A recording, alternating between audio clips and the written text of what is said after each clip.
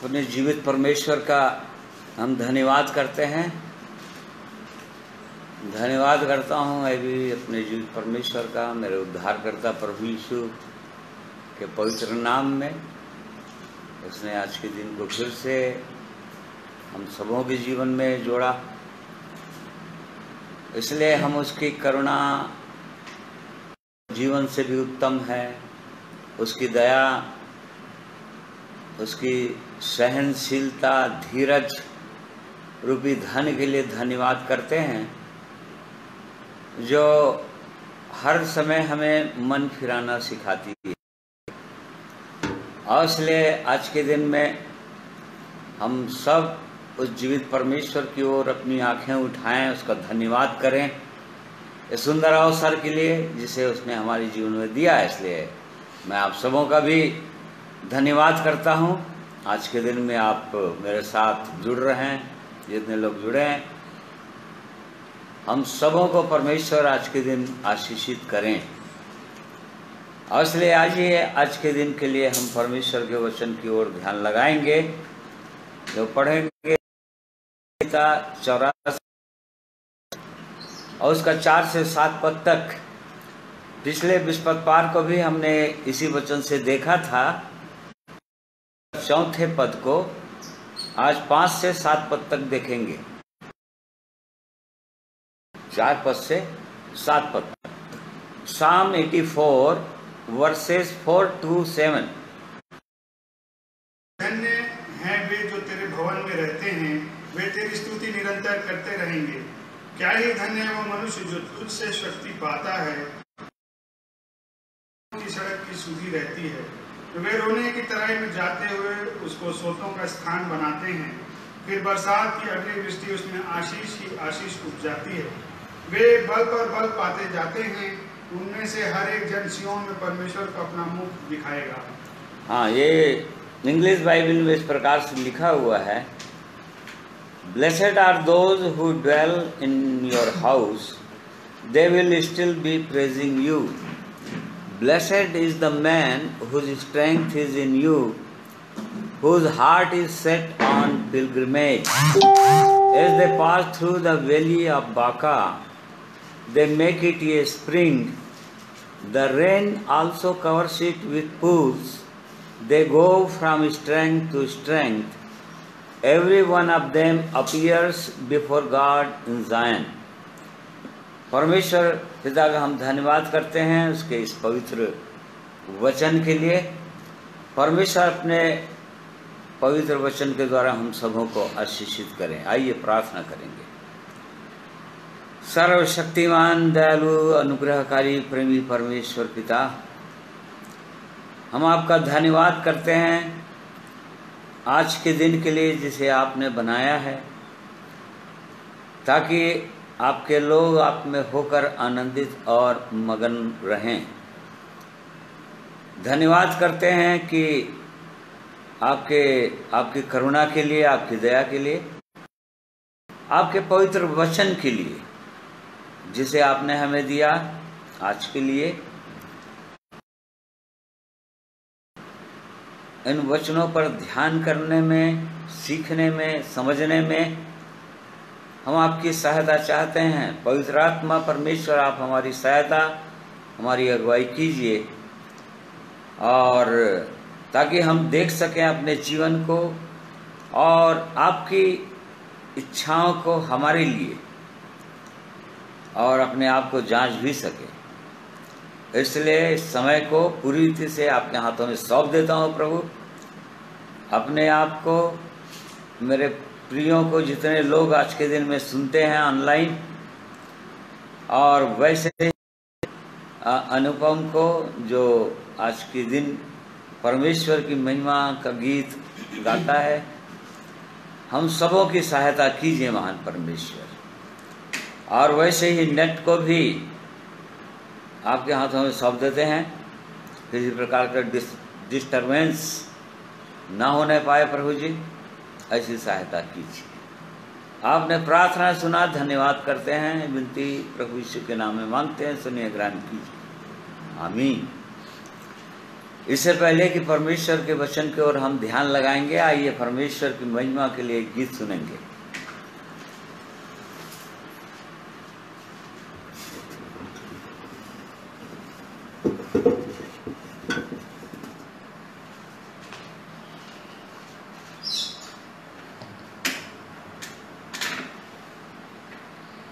प्रभु यीशु मसीह में आप सबों को जय मसीह की। मैं भी अपने परमेश्वर पिता का धन्यवाद करता हूँ उसके महान प्रेम के लिए कि उसने मुझे भी आज का दिन दिखाया है और संभाल के रखा है, इसलिए मैं परमेश्वर का धन्यवाद देता हूँ। एक गीत तो गाना चाहूँगा परमेश्वर की महिमा के लिए, और उसके पहले एक वचन को पढ़ेंगे जो कि पाया जाता है भजन संहिता उसके 18वें अध्याय में, और इसका मैं 1 से लेके 6 पद तक पढ़ूंगा। हे परमेश्वर, हे मेरे बल, मैं तुझसे प्रेम करता हूँ। यहोवा मेरी चट्टान और मेरा गढ़ और मेरा छुड़ाने वाला है। मेरा ईश्वर मेरी चट्टान है जिसका मैं शरणागत हूँ। वह मेरी ढाल और मेरी मुक्ति का सिंह है। वह मेरा ऊंचा गढ़ है। मैं यहोवा को जो स्तुति के योग्य है पुकारूंगा। इस प्रकार से मैं अपने शत्रुओं से बचाया जाऊंगा। मृत्यु की रस्सियों से मैं चारों ओर घिर गया हूँ और अधर्म की बाढ़ ने मुझको भयभीत कर दिया है।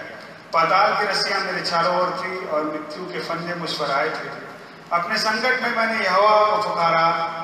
मैंने अपने परमेश्वर की दुहाई दी और उसने अपने मंदिर में से मेरी बातें सुनी और मेरी दुहाई उसके पास पहुंचकर उसके कानों में पड़ी।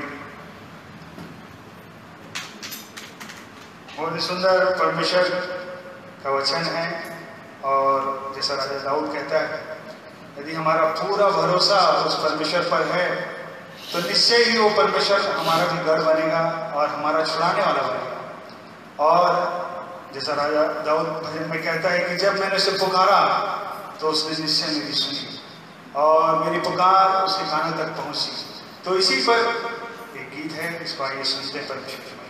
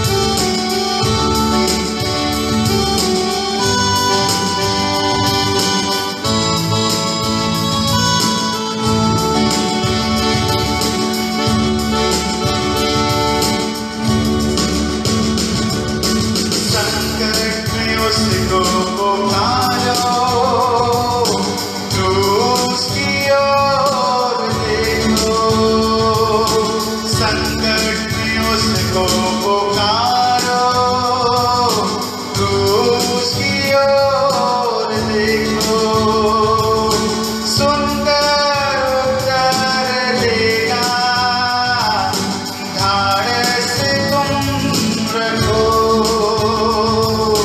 सुंदर उत्तर देगा, धाड़स तुम रखो।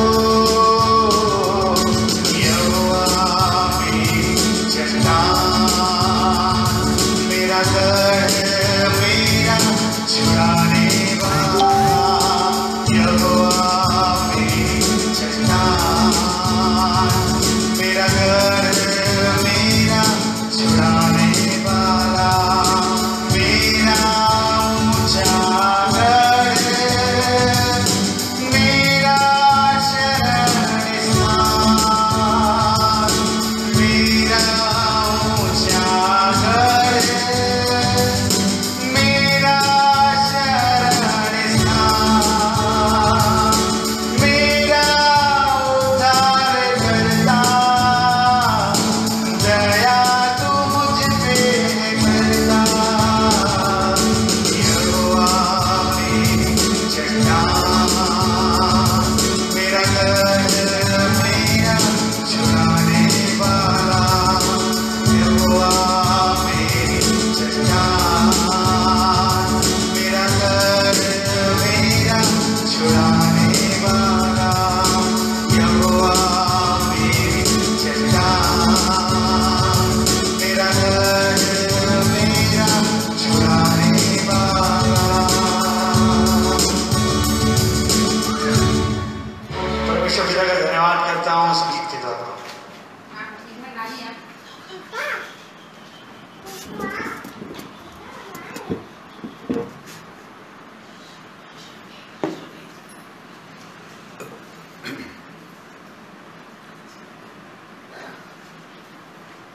सुंदर गीत के लिए परमेश्वर का धन्यवाद करते हैं।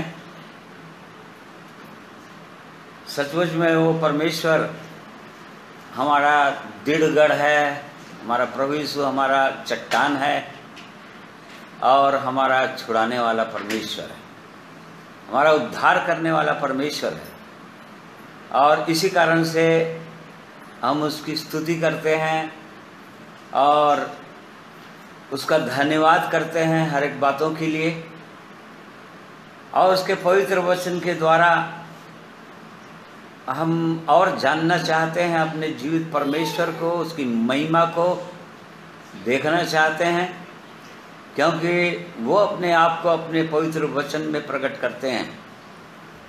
और इस कारण से आज भी परमेश्वर ने हमें यह अवसर दिया कि हम अपने आप को देखें, जांचें कि उस परमेश्वर ने हमको छुड़ाया है कि नहीं, वो हमारा व्यक्तिगत रीति से छुड़ाने वाला बना कि नहीं। अपने आप को हम सबों को जांचने की आवश्यकता है।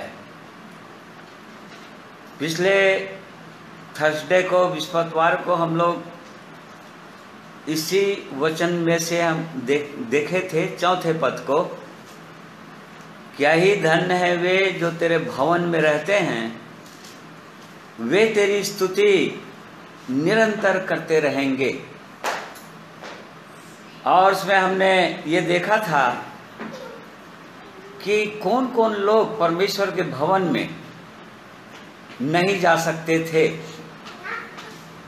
जो लोग अंधे थे, जो लोग लंगड़े थे और जो लोग पूरी रीति से कोढ़ से ग्रसित थे पुराने नियम के अंदर, और वैसे ही जो लोग तन और मन दोनों के खतना रहित लोग थे, जिनकी खतना नहीं हुई थी, ऐसे लोग परमेश्वर के भवन से कटे हुए थे, परमेश्वर के भवन में नहीं प्रवेश कर सकते थे। परंतु तो हमने ये भी देखा था कि वो परमेश्वर ऐसे लोगों को बचाने के लिए, छुटकारा देने के लिए, उनकी आँखों को खोलने के लिए, जो लोग अंधे थे, लंगड़ों को पाँव देने के लिए, और वैसे ही जो कोढ़ से ग्रसित थे उनको शुद्ध करने के लिए, और पूरी रीति से मसीह में खतना करने के लिए वो स्वयं परमेश्वर मनुष्य बनकर इस पृथ्वी पर आ गए। और वही उसी का नाम रखा गया था यीशु, जिसका अर्थ होता है वो अपने लोगों का उनके पापों से उद्धार करेगा, अर्थात उनके पापों से छुड़ा देगा। इस बात को हमने देखा था। अब आगे हम 5 से 7 पद तक आज के दिन में देखेंगे। क्या ही धन्य है वो मनुष्य जो तुझसे शक्ति पाता है, और वे जिनको सियोन की सड़क की सुधि रहती है। अब चूंकि जो लोग परमेश्वर के भवन में आ जाते हैं, परमेश्वर की उपस्थिति में आ जाते हैं, वो लोग परमेश्वर की आराधना, उसकी स्तुति करना आरंभ कर देते हैं, और वे लोग अंत तक करते रहेंगे। जब तक इस संसार में रहेंगे शरीर में, और उसके बाद भी जब परमेश्वर के पास चले जाएंगे तब तो भी करते ही रहेंगे। इस बात को भी हमने देखा था। परंतु उसके बाद केवल अभी परमेश्वर ने हमको अपने भवन में आने का अनुग्रह दिया, उसकी महिमा, उसकी आराधना करने का अवसर दिया। अब चूंकि हमको ये यात्रा आगे को करना है, जैसे कि हम लोग वचन में देख रहे थे कि और वे जिनको सियोन की सड़क की सुधि रहती है, अर्थात इंग्लिश में उसमें बहुत सुंदर पद लिखा है, whose heart is set on pilgrimage, अर्थात जिनका हृदय वो परमेश्वर की ओर, या पिलग्रिमेज मतलब तीर्थ यात्री को बोलते हैं। जो लोग अपने आप को ये समझ लेते हैं कि हम इस संसार में केवल यात्री हैं और परदेसी हैं, हमारा ये संसार हमारा देश नहीं है, हमारा देश स्वर्ग में है, जिसको यहाँ पर सियोन लिखा है, नया यरूशलेम। तो ये भी अब आगे जैसे ही परमेश्वर के भवन में आ जाते हैं, अब उसके बाद वहीं पर रहना नहीं है, भवन में आना है, जाना है। ये परमेश्वर का नियम है, भवन का नियम है। जैसे कि यहेजकेल 47 में हम पढ़ते हैं कि भवन का नियम ये है कि कैसे भवन के अंदर अब आना है, जो लोग आ चुके हैं ऑलरेडी, और कैसे बाहर जाना है, और बाहर क्यों जाना है, और फिर आना है परमेश्वर की स्तुति आराधना करने के लिए, और बल प्राप्त करने के लिए, और परमेश्वर की मनोहरता को, उसकी ब्यूटी को निहारने के लिए, देखने के लिए। तो जब तक हम इस संसार में रहते हैं, इस जीवन को पाकर, अब वे लोग यात्री और परदेसी कहलाते हैं। अब वो लोग यात्री बन गए, पिलग्रिम्स बन गए, स्वर्ग देश की यात्रा में हैं वो लोग। और इसलिए अब चूंकि अब आगे बढ़ना है हमको, इस कारण से अब परमेश्वर की अद्भुत सामर्थ्य की आवश्यकता होती है, परमेश्वर की अगुवाई की आवश्यकता होती है, परमेश्वर की गाइडेंस चाहिए अब, परमेश्वर की सामर्थ्य चाहिए, क्योंकि बिना उसके सामर्थ्य के कोई लोग इस मार्ग में आगे नहीं बढ़ पाएंगे। इसीलिए हमने देखा था कि पहले तो धन्य वे लोग ठहर जाते हैं जो लोग परमेश्वर के भवन में आ जाते हैं, अर्थात जिनके पाप अपराध क्षमा हो गया, जिनकी आंखें खुल गई। अब जो लोग परमेश्वर के पवित्र मार्गों में चलने लग गए और वैसे ही हृदय शुद्ध हो गया और एक पवित्र जीवन आ गया, वो लोग धन्य ठहरते हैं, वो लोग धन्य हो गए, वो लोग इस योग्य हो गए कि अब परमेश्वर की स्तुति कर सकते हैं और परमेश्वर उनकी स्तुति को ग्रहण भी करेगा। अन्यथा हम वचन में देखते हैं कि परमेश्वर मरे हुए लोगों की स्तुति ग्रहण नहीं करता, क्योंकि वो लोग जानते ही नहीं उस परमेश्वर को। फिर यहाँ पर हम 5 पद को अभी देख रहे हैं। यहाँ पर लिखा है, क्या ही धन्य हो मनुष्य जो तुझसे शक्ति पाता है। मार्ग में चलने के लिए हमको परमेश्वर की सामर्थ्य की आवश्यकता है। कई बार हम परमेश्वर के लोगों को यह कहते हुए सुनते हैं कि उनके जीवन में अब जो भी विपत्तियां आ रही है या विपरीत परिस्थितियां आने लग जाती है, जो उनके सहने से बाहर हो जाता है। बहुत सारे विश्वासी लोग ऐसा बोलते हैं कि हम कितना सहें, हमारे लिए असहनीय हो गया। ये सच है कि मनुष्य परमेश्वर के जीवित मार्ग में अपनी शक्ति पर नहीं चल सकता। अब उसको परमेश्वर की शक्ति की आवश्यकता है। क्यों? क्योंकि जब एक व्यक्ति परमेश्वर के पास आता है, तो जैसा कि हमने पिछले दिनों देखा था, मूसा की गवाही के द्वारा, इब्राहिम की गवाही के द्वारा और परमेश्वर के लोगों की गवाहियों के द्वारा, कि परमेश्वर शारीरिक बल को, उसकी शक्ति को, मनुष्य के सोच विचारों को, मनुष्य के ज्ञान बुद्धि को इस्तेमाल नहीं करता। इसी कारण से जब परमेश्वर के पास आ जाता है एक मनुष्य, तब अब उसको नए बल की आवश्यकता होता है, नई शक्ति की आवश्यकता होती है, और इसलिए उससे शक्ति पाने की आवश्यकता है हर बातों के लिए, हर कामों के लिए। क्योंकि बिना उसकी शक्ति के कोई व्यक्ति कुछ कर नहीं पाएगा। जैसे कि पहला पत्रस 4 अध्याय उसका 11 पद पढ़ेंगे। 1 पीटर 4:11।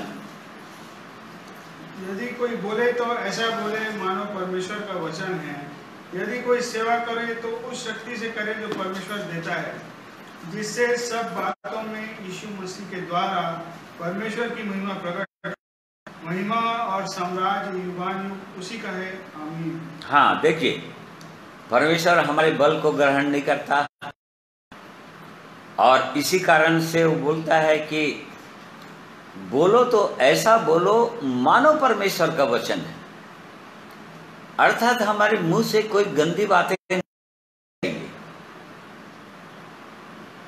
संसार के लोगों के समान हमारे विचार नहीं होने चाहिए, और वैसे ही परमेश्वर की सेवा करना है, परमेश्वर के मार्गों में चलना है, तो उसकी शक्ति की आवश्यकता है, क्योंकि बिना उसके हम कुछ कर नहीं सकते। प्रभु यीशु ने स्वयं कहा था, यूहन्ना 15 अध्याय के अंदर 5वें पद में उसने कहा था, जब तक डाली दाखलता में बना न रहे वो अपने आप से कुछ भी नहीं कर सकता। और इस बात को पौलुस ने भी कहा था उसने कि मैं अपने आप में कुछ नहीं कर सकता, परंतु परमेश्वर के अनुग्रह से, परमेश्वर की सामर्थ्य से मैं सब कुछ कर सकता हूँ जो उसकी इच्छा में है, जो उसकी योजना के अंतर्गत है। तो यहाँ पर हमको परमेश्वर की सहायता करता है। अपने बल पर यदि हम चलते रहेंगे, अपने बल पर सेवा करते रहेंगे अपनी समझ के अनुसार, तो नहीं कर पाएंगे, थक जाएंगे, हमारी शक्ति से बाहर हो जाएगा। और इसी कारण से जब बहुतों के जीवन में ऐसी परीक्षाएं आ जाती है तो विश्वासी भाई बहन लोग ऐसे बोलते हैं कि ये हमारी शक्ति से बाहर है। कभी भी परमेश्वर हमारे जीवन में ऐसी परीक्षाओं को नहीं लाता है। वचन में लिखा है 1 कुरिन्थियों 10:11 में कि वो सामर्थ्य से बाहर परीक्षा में पढ़ने नहीं देता अपने लोगों को। अर्थात जो भी परीक्षाएं आती है हमारे जीवन में, जो भी परिस्थितियां आती है हमारे जीवन में, या जो भी विपत्तियां आए हमारे जीवन में, परमेश्वर के लोगों के जीवन में,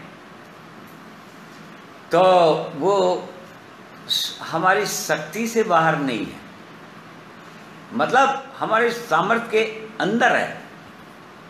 परमेश्वर ऐसा परमेश्वर नहीं है कि जो हमारी शक्ति से बाहर हमारे जीवन में कुछ परीक्षाओं को आने देगा। और यदि हम ऐसा कहते हैं तो हम परमेश्वर की उस प्रतिज्ञा पर विश्वास नहीं करते और अपने ऊपर भरोसा करते हैं। तो यहाँ पर हम लोग देख रहे हैं कि क्या ही धन्य है वो मनुष्य जो तुझसे शक्ति पाता है, और वे जिनको सियोन की सड़क की सुधि रहती है। तो हमको परमेश्वर से ही शक्ति पाने की आवश्यकता है। वो हमको शक्ति देगा, बार बार परमेश्वर के वचन में लिखा है वो बल देगा वो, परंतु किनको देता है ये भी सब लिखा हुआ है अलग अलग जगहों में। जैसे कि अय्यूब की पुस्तक 17 अध्याय उसका 9वें पद पढ़िए। Book of job 17:9।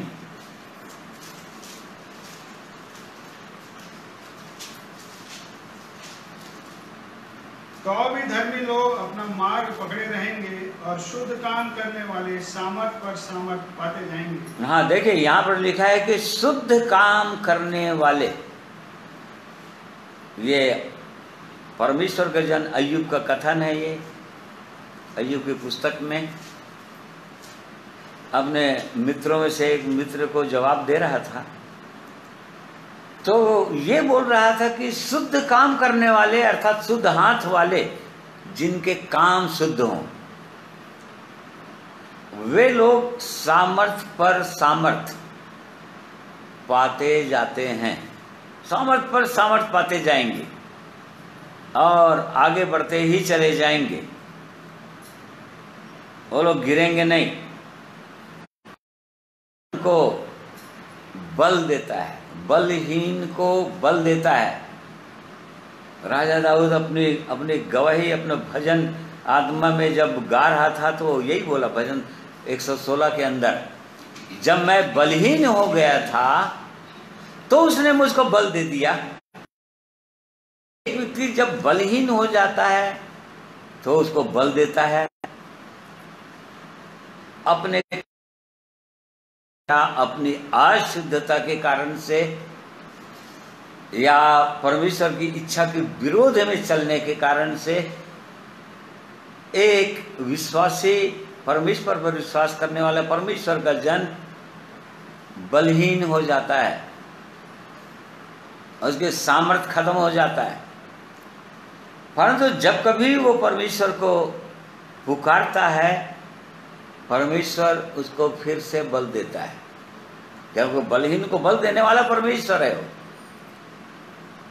भजन 31 साम 31 उसका 10वां पद पढ़िए तो वर्ष 10।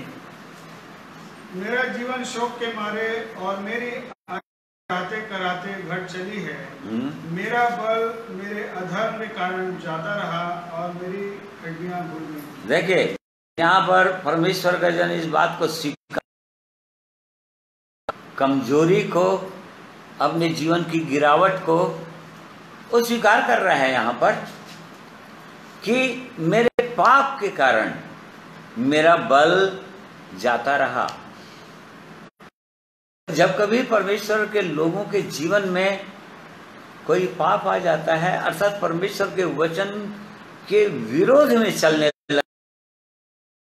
के विरोध में काम करने लग जाते हैं, तो उनका बल घट जाता है, उनका बल नहीं रहेगा, उनके पास बल नहीं रहेगा। जैसे कि यहाँ पर परमेश्वर का जन अपने भजन में बोल रहा है, इस कारण से मेरे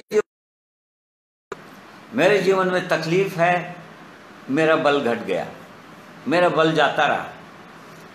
तो इसी कारण से यदि हम ऐसा महसूस करते हैं कोई भी परमेश्वर के जन, तो परमेश्वर के चरणों में आना है, जानना है कि मेरे जीवन में वो बल नहीं है अभी, जैसे कि परमेश्वर के जन पहचान लिया कि मेरे जीवन में मेरे अधर्म, मेरी हड्डियों में भी बेचैनी है, हड्डियों में भी चैन नहीं है। 38 में लिखा हुआ, कमर, मेरे पापों के कारण से मेरी कमर में दर्द है। देखिए पापों के कारण से, तो इस कारण से एक व्यक्ति बलहीन होता है। परंतु जो लोग परमेश्वर के भवन में आ जाते हैं, अपने पापों को मानकर यीशु के लहू से शुद्ध होकर क्षमा प्राप्त करके, उनके जीवन में वो बल फिर से आ जाता है। जैसे कि हम अय्यूब की यशायाह नबी की पुस्तक पढ़ते हैं, उसका 40वां अध्याय 28 से पढ़िए। Isaiah, book of Isaiah 40:28 onwards. क्या सनातन परमेश्वर और पृथ्वी का सृजनहार है। वह न थकता न श्रमित होता, उसकी बुद्धि अगम है। वह थके हुए को बल देता है और शक्तिहीन को बहुत सामर्थ्य देता है। तरुण तो थकते हैं और श्रमित हो जाते हैं, और जवान ठोकर खाकर गिरते हैं, परंतु जो यहोवा की बाट जोते हैं वे नया बल प्राप्त करते जाएंगे। वे उकाबों के समान उड़ेंगे, वे दौड़ेंगे और श्रमित ना होंगे, चलेंगे और थकित ना होंगे। हाँ, यहाँ पर परमेश्वर के वचन में ये कि क्या तुम नहीं जानते, क्या तुमने नहीं सुना, यहोवा जो सनातन परमेश्वर और पृथ्वी भर का सृजनहार है, वो न थकता है, और भजन में लिखा है कि वो न ऊँघता है, परंतु वो परमेश्वर ऐसा परमेश्वर है जो थके हुए को बल देता है। और इसी कारण से प्रभु यीशु ने कहा मत्ती 11:28 पद के अंदर कि हे सब थके और परिश्रम से के बोझ से दबे हुए लोगों, मेरे पास आओ। आज मनुष्य थक जाता है इससे, या परमेश्वर के पवित्र जीव सत्य मार्ग में चलते चलते कई बार, परंतु जब कभी भी उस परमेश्वर की ओर दृष्टि उठाता है, इस बात को स्वीकार करता है कि ये नहीं प्रभु, मैं थक सा गया हूँ, मेरे को बल की आवश्यकता है, तब यहाँ पर परमेश्वर के वचन में लिखा है कि वो शक्ति इनको बहुत सामर्थ्य देता है। परंतु जो लोग परमेश्वर की बाट जोते हैं, अर्थात परमेश्वर की ओर लगाते हैं, परमेश्वर के सामने में ठहरते हैं, उसके चरणों में बैठते हैं, अपने जीवन का मनन करते हैं, परमेश्वर के पवित्र प्रेम की ओर ध्यान लगाते हैं, उनके विषय में लिखा है कि परमेश्वर उनको बल देता है। हाँ, तो यहोवा के बाढ़ जो होते हैं वे नया बल, वे उकाबों के समान उड़ेंगे, वे दौड़ेंगे और श्रमित न होंगे, चलेंगे और थकित न होंगे। तो परमेश्वर के वचन में परमेश्वर ने प्रतिज्ञा किया है अपने लोगों के लिए कि कोई बात नहीं, यदि थकावट आ भी गया इस जीवन में तो परमेश्वर की ओर देखो, परमेश्वर की दृष्टि उठाओ, परमेश्वर के चरणों में आओ, अपनी समस्या बताओ, अपने और तब वो परमेश्वर नया बल देगा। उकाबों की तरह, जिस प्रकार से उकाब पक्षी को नया बल देता है, जब उसके पंख कमजोर हो जाते हैं, एक समय आता है उनके जीवन काल में कि वो लोग निर्बल हो जाते हैं, उनके पंख उखड़ जाते हैं, परंतु वो लोग ठहरते हैं वो लोग, और तब उनका फिर से नया पंख आता है, नया बल आ जाता है और उसके बाद वो लोग उड़ने लग जाते हैं। बिल्कुल परमेश्वर वैसे ही अपने लोगों के लिए प्रतिज्ञा करते हैं कि वैसे ही उड़ेंगे, वैसे ही चलेंगे। इसलिए वो परमेश्वर जो शक्ति देने वाला परमेश्वर है, वो लोग धन्य हैं जो लोग परमेश्वर से शक्ति मांगते रहते हैं। अर्थात जरा भी थोड़ा कम हुआ जीवन में, जब लगा अभी नए जन्म के विश्वासियों के अंदर जैसे ही पवित्र आत्मा रूपी सामर्थ कम हुआ, हमको पता चलना चाहिए, महसूस होना चाहिए। और जब तक महसूस नहीं होगा तो कैसे पुकारेगा मनुष्य? मेरे पास वो सामर्थ्य नहीं है और कैसे उसके चरणों में आएगा? फिर कैसे मानेगा? कैसे वो क्या चीज को मानेगा? जब तक इस बात को अनुभव नहीं करेगा कि पहले के समान वो सामर्थ्य मेरे जीवन में नहीं है। तो इस कारण से एक विश्वासी को इस आत्मिक जीवन में चलते चलते इन बातों पर ध्यान करना चाहिए। और तब लाइन में 5वें 84:5 के दूसरे लाइन में, और वे जिनको सियोन की सड़क की सुधि रहती है, मतलब वो उनका टारगेट जो है जीवन को पाने के बाद, उस संसार के अनुसार उनका जीवन नहीं है। संसार में जिस प्रकार से लोग चलते हैं, जिन मार्गों में चलते हैं, संसार के लोगों का आनंद का विषय, एंटरटेनमेंट का विषय जो है, वो लोगों का वैसा नहीं है। जब चलने लगते हैं तब यहाँ पर लिखा है, वे जिनको सियोन की सड़क की सुधि रहती है, वे लोग भी धन्य लोग हैं। तब वो लोग प्रतिदिन के जीवन में धन्य, परमेश्वर की ओर से धन्य ठहरते जाते हैं। क्यों? क्योंकि उस मार्ग में प्रतिदिन चलते हैं। सियोन की सड़क की सुधि रहती है उनको, अर्थात उनका टारगेट कहीं और है। जिस प्रकार से पौलुस प्रेरित फिलिपियों के कलीसिया को पत्र लिखते हुए बोल रहे थे फिलिपियंस 3:14 ऑनवर्ड्स में, कि मैं निशाने की ओर देखता हुआ, निशाने को देखता हुआ दौड़ता चला जा रहा हूं, पीछे की बातों को छोड़ते हुए। देखो, उनके पास, पौलुस प्रेरित के पास एक टारगेट था, एक निशाना था, उसके पास ही एक एम था कि मैं वहां जा रहा हूं, मैं अपने उस परमेश्वर के पास जा रहा हूं मैं, और उसकी महिमा में प्रवेश करना है मुझको सदा काल के लिए। और इस कारण से उसको देखते हुए जा रहा था। बिल्कुल इसका यही अर्थ है। सियोन की सड़क की सुधि रहती है, अर्थात सियोन मतलब परमेश्वर का नगर, दाऊद का गढ़ कहलाता था पुराने नियम के अंदर, जिसको दाऊद ने जीता था यबूसियों के हाथ से, और वो दाऊद का किला कहलाता था सिय्योन। जो नए नियम के अंदर हमने देखा था गलतियों की पत्री में कि वो नया यरूशलेम को दिखाता है। में लिखा है नया यरूशलेम, ऊपर का यरूशलेम, सिय्योन।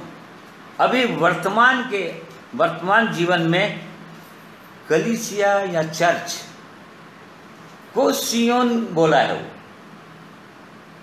परमेश्वर के लोग, जो लोग परमेश्वर पर भरोसा रखते हैं, भजन 125 का पहला पद में लिखा है, वो लोग सिय्योन पर्वत के समान है जो टलता नहीं। देख लीजिए, जो लोग परमेश्वर पर भरोसा रखते वो लोग सिय्योन है, उनका जीवन वैसा है। तो हम सिय्योन की ओर जा रहे हैं, अर्थात हमेशा का वो जीवन की ओर जा रहे हैं, परमेश्वर के साथ रहने के लिए जा रहे हैं, अनंत काल के लिए। अभी हम विश्वास से चल रहे हैं, क्योंकि वो परमेश्वर भी हमको दिखता नहीं है, परंतु उसके बाद आमना सामना करेंगे, आमना फेस टू फेस होंगे, उसको देखेंगे हमेशा हमेशा के लिए।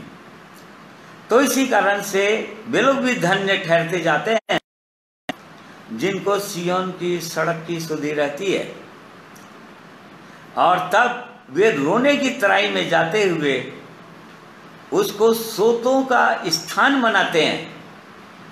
ये उनकी सेवा है। ये बता रहे हैं यहां, वे रोने की तराई में जाते हुए उनको सोतों का स्थान बना देते हैं। अर्थात इस पवित्र जीव सत्य मार्ग में मसीह के साथ, भक्ति के साथ यदि जीवन बिताते हैं तो परमेश्वर के लोग हर जगह, सारी दुनिया में सताव हो रहा है अभी, और आगे भी सताव हो सकता है, क्योंकि कलीसिया की शुद्धिकरण के लिए परमेश्वर कलीसिया को आग में ले जाएगा, अर्थात सताव के अंदर। तो यहाँ पर ऐसे लोग, ऐसे कष्ट पर पवित्र जीवन जीने के लिए बहुत सारी चीजों का त्याग करना पड़ता है। उनको त्याग हो ही जाता है बहुत सारी चीजों का। जैसे पौलुस ने अपनी गवाही दिया फिलिपियों की कलीसिया को कि जो जो बातें मेरे लाभ की थी, मैंने मसीह के कारण से सब कुछ को हानि समझ लिया, ताकि किसी रीति से मैं उस परमेश्वर को, मसीह को प्राप्त करूं, या उसकी परमेश्वर की धार्मिकता को, विश्वास की धार्मिकता को प्राप्त करूं। तो उसके कारण से हानि उठाना पड़ता है, तकलीफ होती। तो हम लोग देख रहे थे कि जो लोग रोने की तराई में जाते हैं, अर्थात उस जीवित परमेश्वर प्रभु यीशु मसीह के लिए दुख उठाते हैं, या पवित्र जीवन जीने के लिए बहुत सारी चीजों का त्याग करते हैं, अर्थात दुख उठाते हैं। जैसे कि हम भजन से 126 के अंदर पढ़ते हैं कि धन्य है वे लोग जो रोते हुए बोते हैं बीज, जो लोग बीज बोते हैं रोते हुए, अर्थात परमेश्वर के वचन को बोते हैं, लोगों के बीच में प्रचार करते हैं दुख उठाते हुए। वो एक दिन लौने पाएंगे, एक दिन उनको फसल वो कटनी करेंगे, काटेंगे वो लोग। तो बिल्कुल यहाँ पर वही बात है कि वे रोने की तराई में जाते हुए उसको सोतों का स्थान बनाते हैं। फिर बरसात की अगली वृष्टि उसमें आशीष ही आशीष उपजाती है। फिर परमेश्वर का अनुग्रह वहाँ पर होता है और वे लोग सुंदर इस जीवन को पा जाते हैं। वे बल पर बल पाते जाते हैं। उनमें से हर एक जन सियोन में परमेश्वर को अपना मुंह दिखाएगा। देख लीजिए, सियोन में अपना मुंह दिखाएगा, अर्थात एक दिन परमेश्वर के से हम सामने हो जाएंगे, परमेश्वर के सामने आएंगे, या परमेश्वर को वैसे ही देखेंगे जैसा वो है, या उसके मुख का दर्शन करेंगे जैसा राजा दाऊद अपनी गवाही में भजन 17 अध्याय के अंदर 15 पद में बोल रहा था कि परंतु मैं तो धर्मी होकर उसके मुख का दर्शन करूंगा और जब मैं जागूंगा तो उसके स्वरूप से संतुष्ट हो जाऊंगा। तो एक दिन ये हमारी आशा है, ये हमारी धन्य आशा है, परमेश्वर के लोगों की धन्य आशा है कि वो बल पर बल पाते जाएंगे और उनमें से हर एक जन सियोन में परमेश्वर को अपना मुंह दिखाएगा। एक दिन पहुंच जाएंगे वहां पर जहां के लिए परमेश्वर ने हमको निकाला है, जहां ले जाने के लिए निकाला है, वहां वो पहुंचाने की यहाँ पर प्रतिज्ञा कर रहा है, ले जाएंगे। और वो सियोन, वो पवित्र नगर या सियोन की सड़क, जिनको सियोन की सड़क की सुधि रहती है, वही लोग पहुंचेंगे। और यशायाह नबी के द्वारा परमेश्वर ने एक सुंदर इसके विषय में वचन में दिया है, दर्शन दिया है कि कौन लोग उस पवित्र मार्ग में रहेंगे, कौन लोग उस पवित्र मार्ग में से होकर चलेंगे। यशायाह 35 अध्याय, यशायाह 35 उसका 8 पद से देखिए क्या लिखा है। और वहाँ एक सड़क अर्थात राजमार्ग होगा, उसका नाम पवित्र मार्ग होगा, कोई अशुद्ध जन उस पर से न चलने पाएगा, वह तो उन्हीं के लिए रहेगा। और उस मार्ग पर जो चलेंगे वह चाहे मूर्ख भी हो तो भी कभी ना भटकेंगे। वहाँ न सिंह होगा और कोई हिंसक जंतु उस पर न चढ़ेगा, न वहाँ पाया जाएगा, परंतु छुड़ाए हुए उसमें नित्य चलेंगे। और यहोवा के छुड़ाए हुए लोग लौटकर जय जयकार करते हुए सियोन में आएंगे और उनके सिर पर सदा का आनंद होगा। वे हर्ष और आनंद पाएंगे और शोक और लंबी सांस का लेना जाता रहेगा। हाँ, देखिए वो सियोन की सड़क के विषय में यहाँ पर लिखा है। परमेश्वर के लोग जो यात्री हैं, जो परदेशी होकर चल रहे हैं स्वर्ग की यात्रा के लिए, हमेशा हमेशा के लिए अपने परमेश्वर से आमना सामना होने के लिए, उनके लिए यहाँ पर ये सुंदर मार्ग दिखाया है कि वहाँ एक सड़क अर्थात राजमार्ग होगा और उसका नाम पवित्र मार्ग होगा। देखो ये राजमार्ग है, हाईवे, और पगडंडियाँ और छोटी छोटी सड़कें जो राजमार्ग में मिलते जाते हैं, परंतु ये हाई मार्ग है, राजमार्ग है ये, और ये पवित्र मार्ग है जो सियोन को ले जा रहा है। यहाँ पर भी लिखा है कोई अशुद्ध जन उस पर से न चलने पाएगा। देख लीजिए, जांचिए अपने जीवन को और उस मार्ग में है कि नहीं, सियोन जाने वाली मार्ग में, उसको भी जांचने की आवश्यकता है, क्योंकि यहाँ पर लिखा है उस पर से चलने ना पाएगा, वह तो उन्हीं के लिए हो रहेगा। और उस मार्ग पर जो लोग चलेंगे वे चाहे मूर्ख भी हों तो भी ना भटकेंगे, चाहे संसार की दृष्टि में कैसे भी हों, अनपढ़ हों या निर्धन हो, गरीब हो, या जिनको कुछ भी नहीं आता हो। जैसा कि पौलुस प्रेरित ने 1 कुरिन्थी 1:26 से आगे लिखा कि परमेश्वर ने जगत के मूर्खों को चुना, परमेश्वर ने जगत के निर्बलों को चुना, परमेश्वर ने जगत के ऐसे लोगों को चुना जो कुछ है भी नहीं, जिनकी कोई गणना ही नहीं है संसार के अंदर, ऐसे लोगों को चुनता है। यहाँ पर भी बोल रहा है चाहे वो मूर्ख भी हो कोई बात नहीं, परंतु जो लोग परमेश्वर के पास आ गए, जो लोग इस पवित्र मार्ग में आ गए, राजमार्ग में, हाईवे में आ गए, जो सियोन को ले जा रहा है, एक तो उनका जीवन बहुत पवित्र जीवन होगा, क्योंकि वो पवित्र मार्ग में आ चुके हैं, वही लोग चल सकते हैं इसमें। उनकी सारी अशुद्धता, हृदय की गंदगी, हृदय के पाप सारे धुल गए, मिट गए, प्रभु यीशु के लहू से धुल जाते हैं, और तभी वो लोग इस मार्ग में चल सकते हैं, चाहे कैसे भी हो। वो लोग कभी भटकेंगे नहीं। फिर इसके 9 पद में और बहुत सुंदर पद लिखा हुआ है,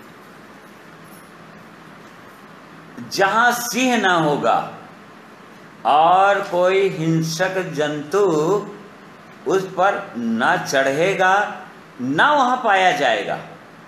देख लीजिए, ऐसा मार्ग है कि वहां सिंह भी नहीं चढ़ पाएगा और कोई हिंसक जंतु भी नहीं चढ़ पाएगा। अर्थात अभी के आत्मिक जीवन के अंदर वो सिंह, शैतान के विषय में लिखा है, तुम्हारा विरोधी शैतान गरजने वाले सिंह की नाई इस खोज में रहता है। पहला पत्र 5:8 में लिखा हुआ है, इस खोज में रहता है कि किसको फाड़ खाए।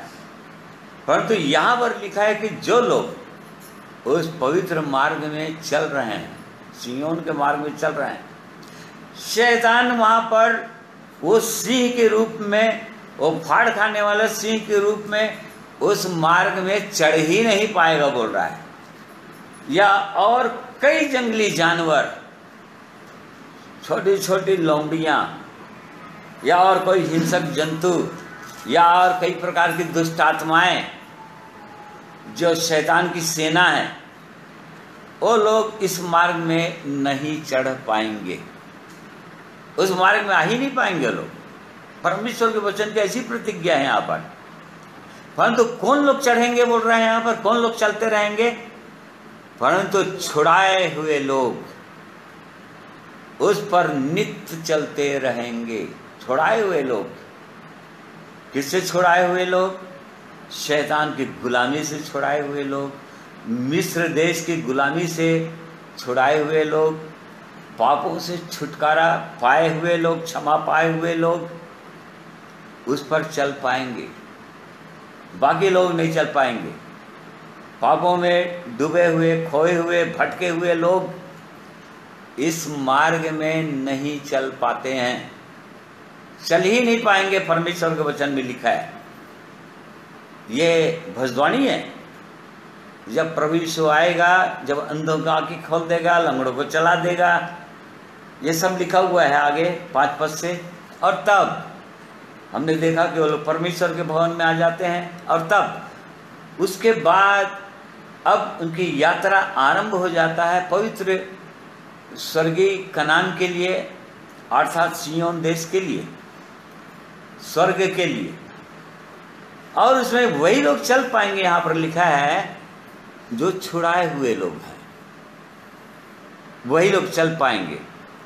यहोवा के छुड़ाए हुए लोग लौटकर जय जयकार करते हुए सियोन में आएंगे, और उनके सिर पर सदा का आनंद होगा। फिर देख लीजिए, सदा का आनंद, वे हर्ष और आनंद पाएंगे, और शोक और लंबी सांस का लेना जाता रहेगा।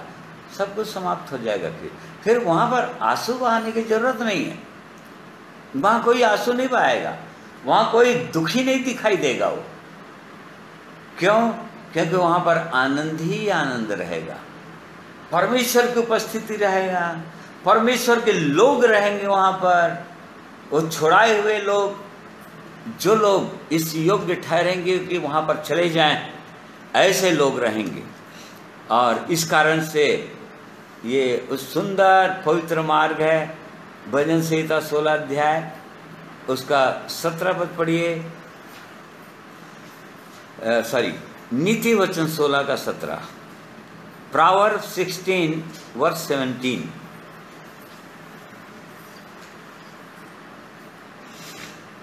बुराई से हटना सीधे लोगों के लिए राजमार्ग है। जो अपने चाल चलन की चौकसी करता, वह अपने प्राण की भी रक्षा करता है। हाँ, 15 का 19।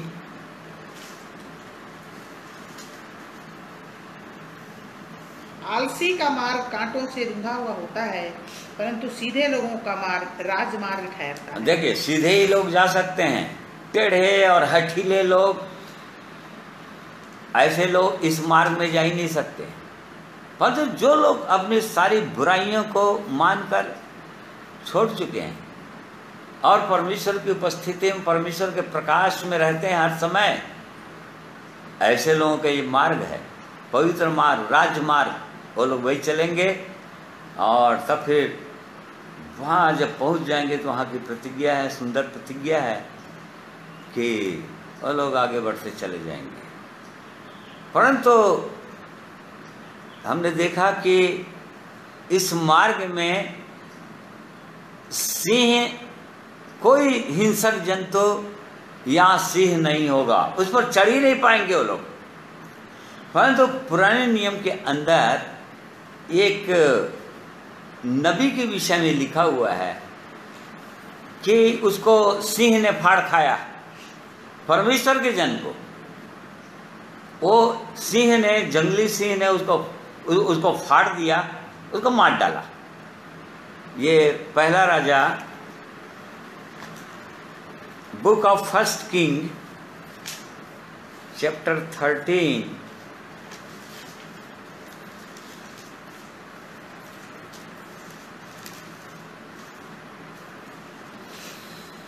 उसका पूरा अध्याय को पढ़ेंगे तब आपको समझ में आएगा। बस इसके कुछ बातों से हमको समझ में आ जाएगा। यहाँ 11 पद से लिखा है कि बेतेल का एक बूढ़ा नबी जब इस्राएल का राजा यारोबाम जब परमेश्वर की इच्छा के विरोध में चलने लग गया था और जो परमेश्वर की दृष्टि में बुरा है उन कामों को करने लग गया था, तब उसको चिताने के लिए, और 28 पद में लिखा है इसका 12 का, कि उसने सोने के 2 बछड़े बना दिए थे। एक बेतेल में खड़ा कर दिया था, एक दान में, दान जगह का नाम है वहां पर, और कहा था कि देखो ये है तुम्हारा अगुवे, अब ये तुम्हारे परमेश्वर है जो जिन्होंने तुमको मिस्र देश से छुड़ाकर यहाँ तक ले आया। जिस प्रकार से निर्गमन 32 अध्याय के अंदर हम लोग हारून के विषय में पढ़ते हैं कि हारून ने एक बछड़ा बनवा दिया था, बिल्कुल यहाँ पर वैसे। तो ये राजा को चिताने के लिए परमेश्वर ने अपने एक जन को भेजा था, अपने एक नबी को भेजा था, ठीक है। और तब फिर उसने चिताया और कहा कि ऐसा ऐसा होगा, परंतु वो ये राजा जो है उस नबी पर बहुत ही गुस्सा हो गया, क्रोध में आ गया था, और तब उसका हाथ सूख गया था। जैसे 13 के 5 पद में पढ़ेंगे, वेदी फट गया था, उसका हाथ सूख गया था। और तब फिर राजा ने परमेश्वर के जन से कहा, गिड़ गया, मेरे लिए प्रार्थना करो कि मेरा हाथ जस का तस हो जाए, ठीक हो जाए। उसने प्रार्थना किया था और तब उसको ऑफर दिया था नबी को कि आओ मेरे घर में, कि मैं तुमको बहुत प्रतिष्ठित करूंगा और बहुत भारी दान दूंगा, दान दूंगा, तुमको गिफ्ट दूंगा और रुपये पैसा सोना चांदी दूंगा, क्योंकि तुमने बड़ा आश्चर्य किया। और तब उसने कहा था, नहीं मैं ऐसा कर ही नहीं सकता, चाहे तू आधी संपत्ति अपने घर का आधा भाग भी दे देगा तो भी मैं नहीं करूंगा। और तब आगे, क्योंकि परमेश्वर ने कहा है कि बिल्कुल यहाँ से चले जाना, और जब जाओगे तो किसी से मुड़ना नहीं, कहीं पर न तो रोटी खाना और नहीं पानी पीना, एकदम सीधा सीधा चलते चले जाना, और जिस मार्ग से आया है उस मार्ग से नहीं, दूसरे मार्ग से जाना। और तब ये पूरे अध्याय को जब पढ़ेंगे 11 पद से खासकर, तब वहां पर लिखा हुआ है कि एक बेतेल का बूढ़ा नबी था, और उसके बेटों ने बताया कि एक नबी आया था जिसने ऐसा ऐसा कहा। और तब फिर उसने अपने पिताजी को बताया, उस नबी को, और तब वो नबी उसको वापस लौटाने के लिए गया, जो परमेश्वर का जन था उसको, और तब उसने क्या कहा, इसको पढ़िए तब समझ में आएगा। 18 पद। उसने कहा, जैसा तू नबी है वैसा ही मैं भी नबी हूँ। और मुझसे एक दूत ने यहोवा से वचन पाकर कहा कि उस पुरुष को अपने संग अपने घर लौटा ले आ, कि वह रोटी खाए और पानी पिए। यह उसने उससे झूठ कहा। हाँ देखिए, ऐसे बहुत सारे नबी लोग हैं संसार के अंदर, जिसको प्रभु यीशु ने कहा कि बहुत सारे झूठे नबी होंगे, जो ऐसा बोलकर ये परमेश्वर ने जिस नबी को भेजा था उसको लौटा दिया, जबकि उसको भी उसने कहा नहीं, मैं नहीं लौटूंगा। उसके पहले उसने कहा मैं नहीं लौट सकता, क्योंकि परमेश्वर ने मुझको ऐसे आदेश दिया है। परंतु तब उसने दूसरा योजना बनाया, उसने कहा कि मैं भी नबी हूँ एक, और उसी परमेश्वर ने अपने एक दूत के द्वारा मुझसे बातें किया है, और मुझसे बातें ये किया है उस नबी को जाके लौटा लिया अपने घर, और तब मैं आया हूँ। और तब इस नबी को जो परमेश्वर ने भेजा था उसको समझ में नहीं आया होगा, वो नहीं समझ पाया वो, और तब उसके साथ लौट गया, उसके घर लौट गया, खाना रोटी खाया, पानी पिया, और उसके बाद उससे ये बेतेल का बूढ़ा नबी ने उसको विदा किया। और तब उसके बाद जब जाने लगा, तब हम पढ़ते हैं उसका 23 पद। जब वह खा पी चुका, तब उसने परमेश्वर के उस जन के लिए जिसको वह लौटा ले आया था गधे पर काठी बंधाई। जब वह मार्ग में चल रहा था तो एक सिंह उसे मिला, उसने उसे मार डाला और उसकी लोथ मार्ग में पड़ी रही, और गधा उसके पास खड़ा रहा और सिंह भी लोथ के पास खड़ा रहा। हाँ देखिए, परंतु ये क्यों ऐसा हुआ, सिंह क्यों आया? ये परमेश्वर का जन था, ये भी राजमार्ग में ही चल रहा था, मतलब परमेश्वर की इच्छा के अनुसार चल रहा था, परंतु ये सिंह कैसे आ गए यहाँ पर? उसको कैसे फाड़ दिया, कैसे मार डाला? उसका कारण वो बूढ़ा बेतेल का ही बूढ़ा नबी बोल रहा है। क्या बोल रहा है? 26 पद पढ़िए। यह सुनकर उस नबी ने जो उसको मार्ग पर से लौटा ले आया था कहा, परमेश्वर का वही जन होगा जिसने यहोवा के वचन के विरुद्ध किया था। इस कारण यहोवा ने उसको सिंह के पंजे में पड़ने दिया, और यहोवा के उस वचन के अनुसार जो उसने उससे कहा था, सिंह उसे फाड़ कर मार डाला। हाँ देखिए, वही नबी जिसने झूठ बोलकर उसको फंसा दिया, या परमेश्वर की आज्ञा के विरोध में कर दिया, और परमेश्वर ने जो कहा था, मना किया था, उसको करवा दिया। अब उसके बाद वही नबी उसको लोगों को बता रहा है, उलाहना दे रहा है, ये वही नबी होगा जिसने परमेश्वर की आज्ञा को नहीं माना, परमेश्वर के वचन के अनुसार वो काम नहीं किया। परमेश्वर का वही जन होगा जिसने यहोवा के वचन के विरुद्ध किया था, जिसने इस कारण यहोवा ने उसको सिंह के पंजे में पड़ने दिया।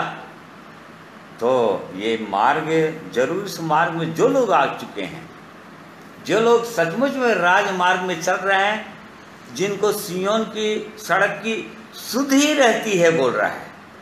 सुध ही रहती है कहने का मतलब वो लोग हर समय जांचते रहते हैं कि कहीं सचमुच परमेश्वर ने इस बात को कहा है कि नहीं उससे।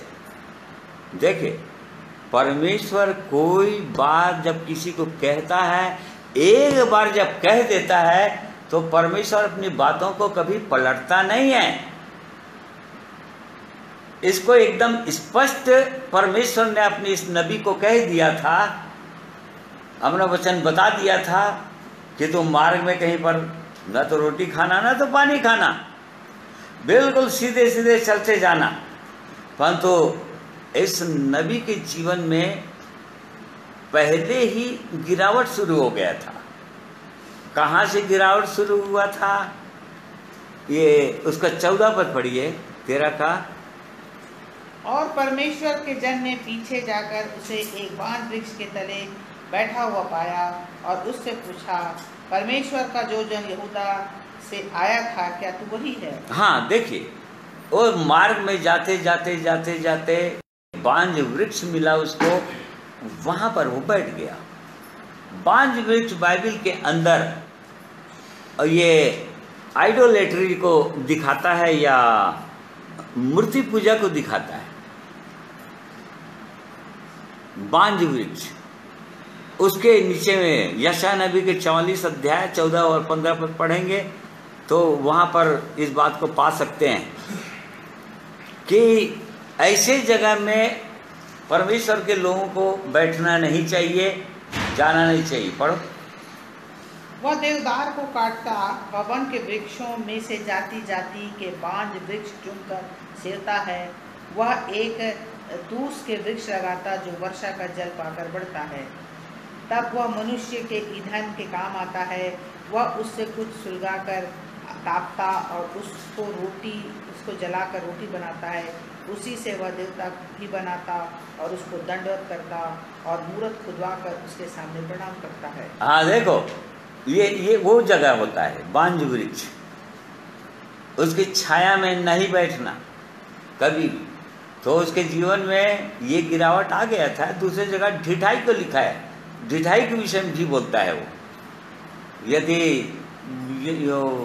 यशायाह का 2 का 11 से 14 पढ़ेंगे तो वहाँ पर जब एक व्यक्ति के जीवन में घमंड आ जाता है, अहंकार आने लगता है, ढिठाई आने लगता है, उसके बाद उसके जीवन में ढिठाई भी आने लगता है।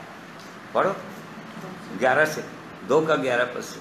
क्योंकि आदमियों की घमंड भरी आंखें नीची की जाएंगी और मनुष्यों का घमंड दूर किया जाएगा और उस दिन केवल यहोवा ही ऊंचे पर विराजमान होगा। क्योंकि सेनाओं का यहोवा का दिन सब घमंडियों और ऊंची गर्दन वालों पर और उन्नति से फूलने वालों पर आएगा और वे झुकाए जाएंगे।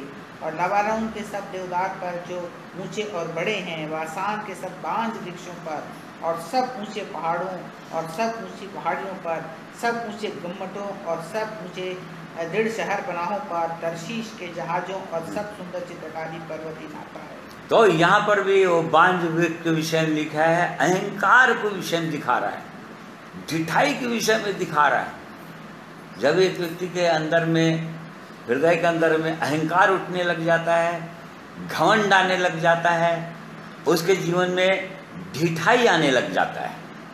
तो इस नबी जो परमेश्वर ने जो नबी भेजा था उसके विषय में ये लिखा है। और तब फिर जो बेतेल का बूढ़ा नबी था, जब उसके बेटे ने बताया कि इस मार्ग में देखा इस मार्ग से गया है वो, और तब उसको इसलिए पा लिया क्योंकि वो बांज वृक्ष में बैठा हुआ था, और तभी उसको वो पा लिया वहां पर। यदि नहीं बैठा होता तो ये बेतेल का बूढ़ा नबी उसको नहीं पाता, वो पहुंच जाता वहां पर, परमेश्वर अपनी जगह में पहुंच जाता जहां से परमेश्वर ने उसको भेजा था। परंतु चूंकि ऐसा हुआ इस कारण से, तो हमारे जीवन में भी एक परमेश्वर के लोगों के जीवन में जब ऐसा होने लगता है, जब परमेश्वर की इच्छा के विरोध में, जब उसके वचन के विरोध में जब हम करने लग जाते हैं, परमेश्वर कोई चीज को एक बार बोला उसको पलटता नहीं है। परमेश्वर जो मैंने कहा वो कहा, ऐसा बोलता है। बिलाम भी ऐसी कर रहा था। गिनती उसका 22 अध्याय में पढ़ते हैं, बिलाम नबी, परमेश्वर का नबी था, वो भी लालच में आ गया था बालाक राजा का। वो चाहता था बालाक राजा की इस्राएलियों को श्राप दे, और तब फिर जो अपने दूतों को भेजा था अच्छा गिफ्ट के साथ, अच्छा रुपया सोना चांदी के साथ, और तब फिर नबी को, परमेश्वर को, नबी को उसने कहा था, और दूतों ने कहा था कि इस्राएलियों को श्राप दे। और तब फिर एक तो अपने घर में टिकने दिया उनको, लिखा है रात में उनको टिकने दिया बालाक राजा के दूतों को। और तब फिर उसने कहा कि ठीक है परमेश्वर ने ऐसा ऐसा तो कहा है, परंतु एक बार मैं पूछता हूं परमेश्वर से। परमेश्वर ने कहा बिलाम नबी को कि परमेश्वर ने इस्राएलियों को आशीष दे दिया है, वो आशीषित हो चुके हैं, वो उनको श्रापित कोई नहीं कर सकता। और तब फिर पहले बार के दूतों को बिलाम ने भेज दिया, देखो भाई परमेश्वर ने ऐसा ऐसा कहा, अब मैं श्राप नहीं दे सकता। और तभी बालाक राजा ने देखा कि अच्छा ऐसा है, और तब फिर वो बोला कि मैं जानता हूँ ये लोग जो परमेश्वर के लोग कहलाते हैं, जो बहुत सारे झूठे नबी लोग हैं, ये लोग कैसे करेंगे। और तब फिर और बड़े बड़े गिफ्ट दिया उनको, अपने दूतों को भेजा और ज़्यादा रुपया सोना और चांदी के साथ भेजा। और तब फिर देखा कि अच्छा बड़ा गिफ्ट लाए हैं। तो बोला नहीं, परमेश्वर ने तो मना कर दिया। बोला पहली बार, फिर उसने कहा ठीक है देखता हूँ, एक बार फिर पूछता हूँ परमेश्वर से। फिर डबल पूछा वो। हाँ, तब फिर परमेश्वर ने कहा नहीं, एक बार मैं बोल चुका हूँ बस। तो परमेश्वर के लोगों की इस बात को जानना चाहिए कि परमेश्वर का जो वचन है, जिस वचन के अनुसार, इसीलिए वचन को देखो बोलता है बार बार। वचन में क्या बोल रहा है? कई बार आज के विश्वासी लोग या परमेश्वर के लोग शैतान की चालों को इसलिए नहीं समझ पाते, गिर इसलिए जाते हैं क्योंकि परमेश्वर के वचनों को एक तो उनको ठीक से मालूम नहीं है, पवित्र आत्मा की अगुवाई नहीं है, अहंकार का जीवन है, लालच का जीवन है, और इसी कारण से वो सिंहों को परमेश्वर उनको फाड़ने देता है। और तभी उस मार्ग में सिंह लोग चढ़ सकते हैं, वो हिंसक जंतु लोग चढ़ सकते हैं।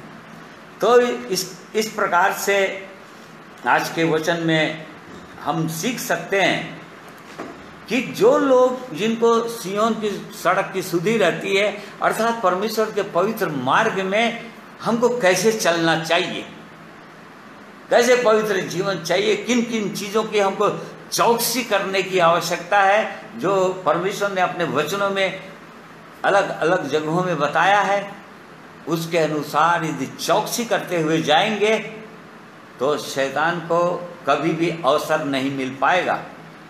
और एक दिन वो लोग सिय्योन में पहुंच जाएंगे बड़े आनंद के साथ।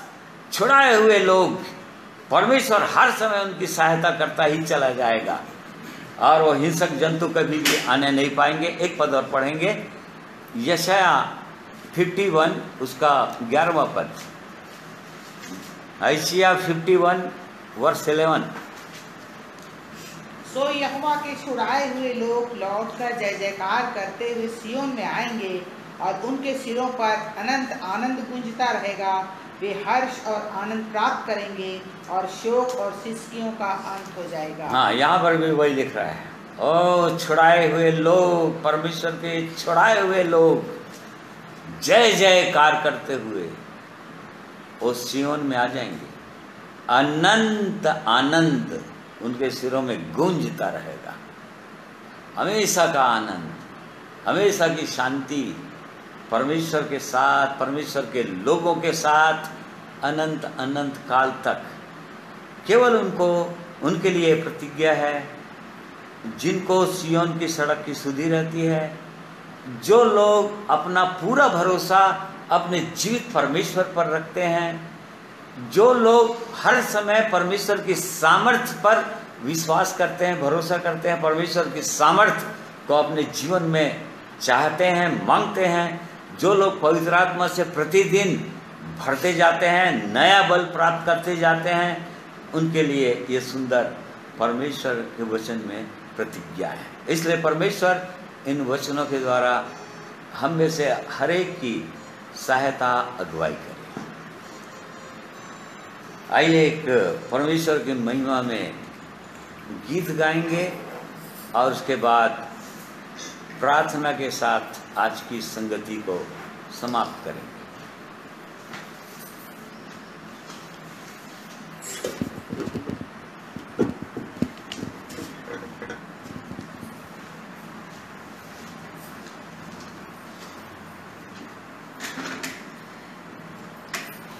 ईश्वर का धन्यवाद देते हैं सुंदर वचन के लिए। और परमेश्वर की महिमा के लिए एक और गीत को गाना चाहता हूँ, इस गीत को सुनकर।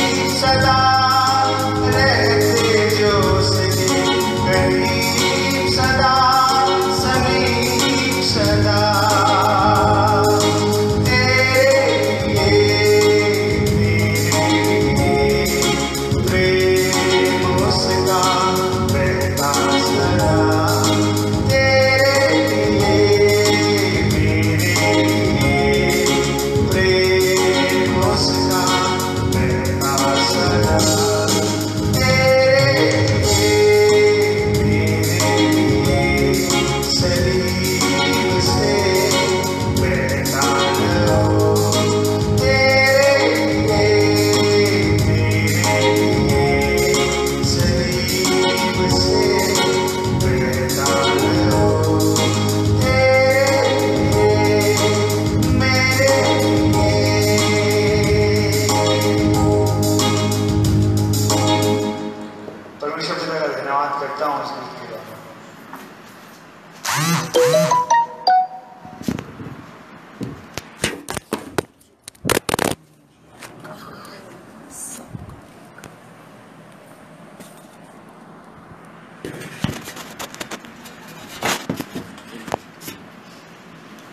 और सुंदर गीत के लिए धन्यवाद करते हैं।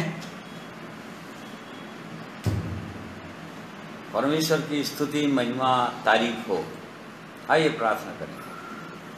प्रेमी परमेश्वर पिता, धन्यवाद करते हैं आपके पवित्र वचन के लिए, जिन वचनों के द्वारा आज के दिन में आपने हमारी सहायता की कि हम जांचें अपने आप को कि आपके भवन में हैं कि नहीं, आपकी उपस्थिति में है कि नहीं, हमारे पाप अपराध क्षमा हुए हैं कि नहीं, पवित्र आत्मा की सामर्थ्य हमारे जीवन में है कि नहीं, पापों से छुटकारे का अनुभव लगातार होता जा रहा है कि नहीं, और आपसे शक्ति पा रहे हैं कि नहीं। पवित्र आत्मा के सामर्थ्य हम प्रतिदिन आप में हम पा रहे हैं कि नहीं, प्रतिदिन नया बल प्राप्त कर रहे हैं कि नहीं। और वैसे ही वो सियोन की सड़क जो राजमार्ग है, जो हाईवे है, जिसमें कोई अशुद्ध लोग चल ही नहीं सकते, परंतु केवल वही लोग चल सकते हैं जो लोग छुड़ाए हुए लोग हैं, जो लोग अंधकार से निकाले हुए लोग हैं, उसमें हम हैं कि नहीं। प्रेमी परमेश्वर, हम में से हर एक की सहायता कीजिए कि इन विषयों पर हम बहुत ही अपने जीवन की चौकसी करने पाएं कि कहीं हमारे जीवन में भी दुष्ट को, वो शैतान को, जो फाड़ खाने वाले सिंह की नाई इस खोज में रहता है कि किसको फाड़ खाए, उसको हम अपने जीवन में आपके वचन के विरोध में चलने के कारण से कहीं अवसर तो नहीं देते हैं। अपने आप को और गंभीरता से मेरे प्रिय भाइयों बहनों हर एक की जांचने में सहायता कीजिए। हर एक आपके पवित्र वचन के लिए धन्यवाद करते हैं। अपने पवित्र वचन को बोलने में आपने मेरी सहायता की, इसके लिए धन्यवाद करता हूँ। मैं सुंदर गीत को गाने में आपने सहायता किया, धन्यवाद करता हूँ। अपने प्रियों के लिए धन्यवाद करता हूँ। हर एक को आशीष ये प्रार्थना प्रभु यीशु के पवित्र नाम में मांगते हैं, सुनिए, ग्रहण कीजिए। आमीन। धन्यवाद करता हूँ प्रिय भाइयों और बहनों, जितने लोग आज के दिन में परमेश्वर के पवित्र वचन को सुने हैं ऑनलाइन। आप सबों को परमेश्वर बहुत आयत से आशीषित करें। आप सबों को जय मसीह।